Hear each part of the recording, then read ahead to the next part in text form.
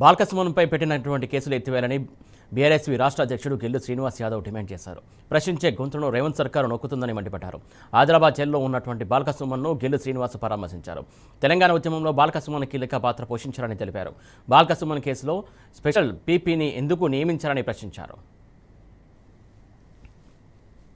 రేవంత్ రెడ్డి గారు ముఖ్యమంత్రి అయిన నాటి నుంచి ఈ ప్రభుత్వం తప్పులను ఎత్తు చూపుతూ ప్రజలకు వివరిస్తూ ప్రజలను చైతన్యవంతం చేస్తూ వాళ్ళు ఇచ్చిన హామీలను అమలు చేయకపోతే నిరంతరం ఇలా ప్రశ్నిస్తుంటే, అదేవిధంగా ఎమ్మెల్యేలను కొనుగోలు చేయడానికి బీఆర్ఎస్ పార్టీ ఎమ్మెల్యేలను కొనుగోలు చేయడానికి మాజీ స్పీకర్ పోచారం శ్రీనివాసరెడ్డి ఇంటి దగ్గర మాట్లాడితే అడ్డుకున్నందుకు వీటన్నింటిని మనసులో పెట్టుకుని ఇవాళ రేవంత్ రెడ్డి గారు ఇవాళ బాల్కసుమన్ గారి పైన అక్రమంగా ప్రజాస్వామ్యాన్ని కూని చేస్తూ ఇవాళ కేసులు పెట్టి ఇవాళ ఆదిలాబాద్ జైలు పంపించి ఇవాళ 8 రోజులైంది.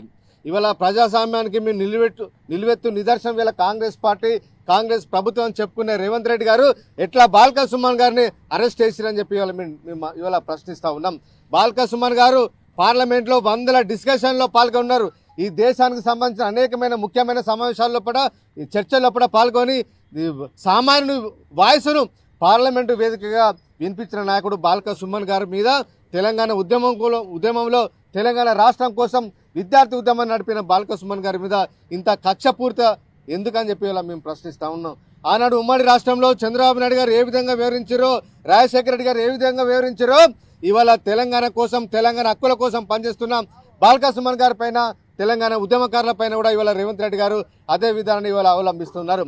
కేతనపల్లి మున్సిపాలిటీలో పట బీఆర్ఎస్ పార్టీకి 14 సీట్లు కూటమి తరఫున బీఆర్ఎస్ పార్టీ సిపిఐ తరఫున ఉన్నప్పటికీ కూడా ఎందుకు ఎన్నికలను నిర్వహించాలని చెప్పి ఇవాళ ప్రశ్నించినందుకు ఇవాళ బాల్కసుమన్ గారిని ఇవాళ లోపల పెడుతూ ఉన్నారు. కాంగ్రెస్ పార్టీకి మెజార్టీ లేకున్నా కూడా ఎందుకు ఎన్నికలు నిర్వహించాలని చెప్పి అడిగినందుకు ఇవాళ బాల్కసుమన్ గారి మీద అక్రమంగా కేసులు పెట్టారని చెప్పి ఇవాళ మేము ప్రశ్నిస్తూ ఉన్నాం. ఈ రాష్ట్రంలో పోలీస్ డిపార్ట్మెంట్ కానీ లీగల్ న్యాయశాఖ కూడా ఎంత దుర్మార్గంగా వ్యవహరిస్తుందంటే ఈ రాష్ట్రంలో దొంగతనాలు జరిగినా ఏం పట్టించుకోరు.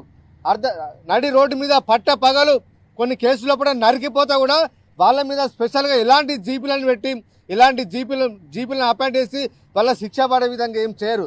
కానీ కేతనపల్లి మున్సిపాలిటీలో ప్రజాస్వామ్యబద్ధంగా మున్సిపాలిటీలో చైర్మన్ వైస్ చైర్మన్ ఎన్నుకోవాలని చెప్పి బీఆర్ఎస్ పార్టీ తరఫున కోరినందుకు ఇవాళ తనను జైలు నుంచి బయటికి రాకుండా రాష్ట్ర ప్రభుత్వం ప్రత్యేకంగా డైరెక్టర్ ఆఫ్ ప్రాసిక్యూషన్ నుంచి ఒక పీపీని రవీంద్ర అనే పీపీని అపాయింట్ చేశారు. ఇలా ఒక వ్యక్తి మీద ప్రజాస్వామ్యాన్ని కాపాడని చెప్పి ప్రశ్నించిన బాల్కసుమన్ గారి మీద ఒక పీపీని అపాయింట్ చేసిన రాష్ట్ర ప్రభుత్వం ఈ రాష్ట్రంలో జరుగుతున్న దొంగతనాల మీద ఎందుకు పీపీలను అపాయింట్ చేయరు? మర్డర్లు జరుగుతుంటే ఎందుకు పీపీలను అపాయింట్ చేయరు?